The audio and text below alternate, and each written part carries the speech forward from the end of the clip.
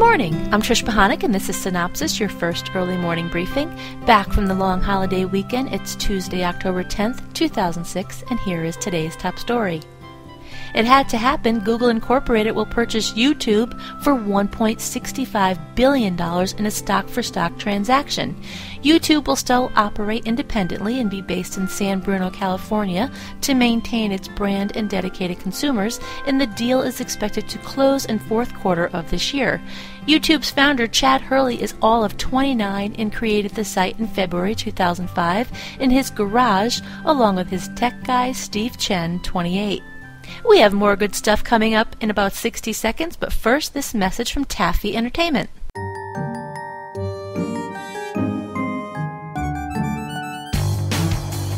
Middleton Middle School, a normal school filled with normal kids with all the ordinary problems of growing up.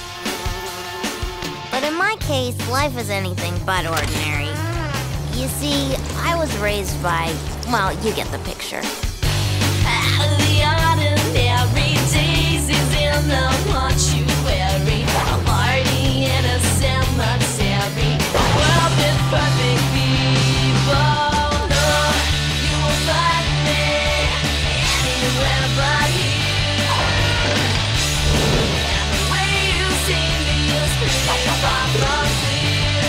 A little bit different, not every day. Judge me, don't work that way. So what? If I'm growing up creepy.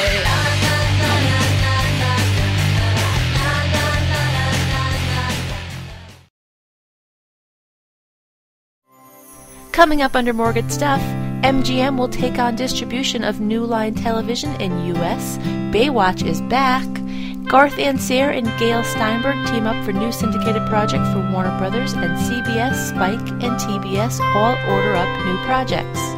And while I'm telling you about all this stuff, take a look at these beautiful shots provided to us from the Internet Movie Archive. Comedy Central's South Park premiere drew in 2.3 million adult 18 to 49 viewers and a 2.2 adult 18 to 49 rating, making it the fourth most watched Comedy Central telecast with this demo. Compared to last year's season debut, this year's adult 18 to 49 ratings were up 38%, and the adult 18 to 49 total viewers increased by 44%.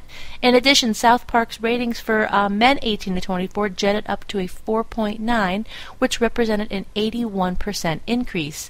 Immediately following South Park and making its debut was Freak Show, which earned a 1.0 adult 18 to 49 rating and delivered 1 million viewers.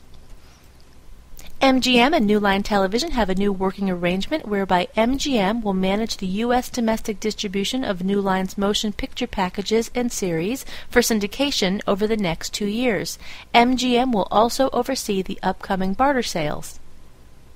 Well, it's back! From Fremantle Media North America, the Beach Patrol series Baywatch will return to American television's next fall, 2007. The 109 one-hour episodes of the original series, starring David Hasselhoff and Pamela Anderson, will be distributed by Litton Entertainment over the next 3 years on barter terms.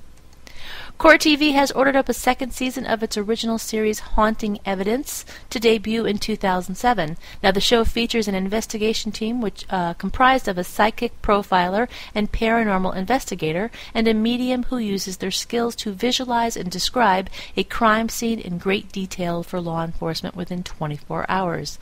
The series is produced by Departure Films. Fremantle International Distribution has made a deal for its new music series, Live from Abbey Road, to air on the Sundance Channel starting next year. The 12-episode, one-hour series will begin airing on Channel 4 in the UK next month and will feature performances ranging from The Who to Paul Simon at the North London Studios, the famous home to the Beatles. The show is produced by Michael Gleason and Peter Van Hook at Live from Abbey Road Ltd. Telco Productions Incorporated will debut 2 new weekly series into national syndication in September 2007. First, The Big Audition is an hour-long series featuring a variety of singing, dancing, acting, and musical acts by contestants who send in videos of themselves to be judged by Hollywood talent agents. Semifinalists will then be judged by viewers, with a winner chosen every 13 weeks and rewarded with a contract with a top Hollywood manager. And second, Dog Tales is a half-hour magazine-style show about everything dogs, their owners, and the latest in dog products. G4 will launch its first original reality series, The Block, in January. The series is set in a Lake Tahoe hotel, The Block, the first hotel chain that caters to all things snowboard-related, which was founded by famed snowboarder Mark Frank Montoya and hotelier Litgo Smith. G4's cameras and crew will spend the winter soaking in the full snowboarding experience and lifestyle. Moving along to production and development, Garth Ancier and Gail Steinberg are teaming up again to develop a new syndicated series. The last time these two got together, they came up with the Ricky Lake Show. This time it's a daytime series with host Christy Hauberger, being developed for Warner Brothers domestic television distribution. Christy is the creator of Latina magazine targeting young Hispanic women. The CBS Untitled comedy project in development, starring Christine Taylor as an A-list Hollywood actress who retains her small-town roots and hometown relatives, has cast comedian Modi as her house manager. The project is being produced by CBS Paramount Network Television and Taylor's husband, Ben Stiller. Stiller is expected to appear from time to time in the role of Taylor's husband. And speaking of CBS, they've also added to the cast of Numbers with the addition of Kathy Najimy, Nagimy, appearing in a reoccurring role. TBS has ordered up a comedy project with a cast contingent provision from Big Cattle Productions called Imperfect Union. The setting is a factory, and the comedic tension comes from the new young female shop steward who inherited her position from her father, and the head of the factory, a young man who also inherited his job from his father. UK-based Zigzag Production has formed a joint venture with Ben Silverman's LA-based production and distribution outfit Reveille, with the first commission already secured. The first project, Going for Broke, has been commissioned by the U.S. Lifetime Network and will also be available at MIPCOM. Going for Broke is a financial contest which pits 2 debt-ridden spendaholics head-to-head in a battle to win the ultimate prize, the wiping off of all their debts. NBC Universal has signed a first-look deal with Second City, which over the course of 2 years gives NBC the first look at new talent, characters, and shows, as well as the library of content for use in new development and/or a variety of digital platforms. Reigns, starring Jeff Goldblum, is scheduled to be added to the NBC schedule in mid-season.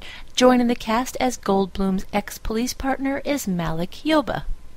And Wild World of Spike is a new project ordered by Spike TV with an order for 7 one-hour episodes, says Hollywood Reporter. With a bigger interest in the agony of defeat over the thrill of victory, the show gives an up-close and personal look at a variety of sports you may not have heard of before. Dirt skiing, blindfold kickboxing, ouch, and mop jousting, among others. Each episode will be hosted by martial arts fighter Kit Cope, skateboarder Jason Ellis, and comic Sam Tripoli, who will present a variety of these thrilling sports from around the world. All right. Moving along, here's the rating summary for Sunday night according to Live Plus Same Day ratings from Nielsen Media Research. ABC was the #1 network Sunday night, winning with a 5.414, adult 18 to 49. Fox was by far the top-ranked network by 7 o'clock, delivering a 7.522 for its NFL Overrun postgame. And ABC turned things around and was #1 at 8 o'clock with Extreme Makeover Home Edition at a 5.314, and again at 9 with Desperate Housewives with an 8.519. NBC took the lead at 10 with the last hour of its Sunday night football match between the Steelers and the Cardinals at a 5.914. Game 4 of the Major League Baseball playoffs between the Cards and the Padres averaged a 2.25 from 8 to 11 o'clock among adult 18 to 49. In the arguably more targeted men 18 to 49 demo, the game averaged a 3.07.